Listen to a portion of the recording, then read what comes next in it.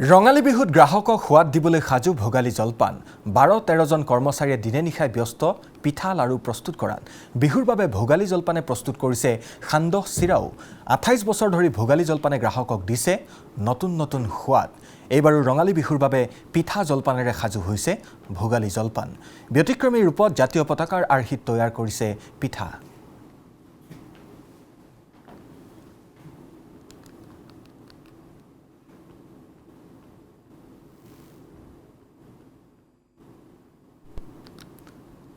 ভোগালী জলপান এইদৰে সাজু হৈছে বহাগ বিহুৰ প্ৰাক্ষণত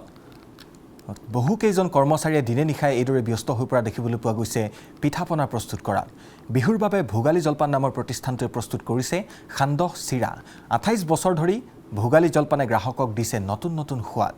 এইবাৰো ব্যতিক্ৰম নহয় ৰঙালী বিহুৰ প্ৰাক্ষণত এইদৰে বিহুৰ বাবে পিঠা জলপানেৰে সাজু হৈছে ভোগালী জলপান ব্যতিক্ৰমী ৰূপত জাতীয় পতাকাৰ আৰ্হিটো প্ৰস্তুত কৰিছে পিঠাপনা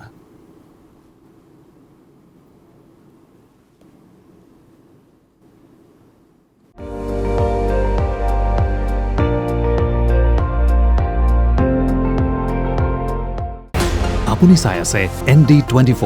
সৰ্বশ্ৰেষ্ঠ নহয় সৰ্বোত্তমৰ দৌৰত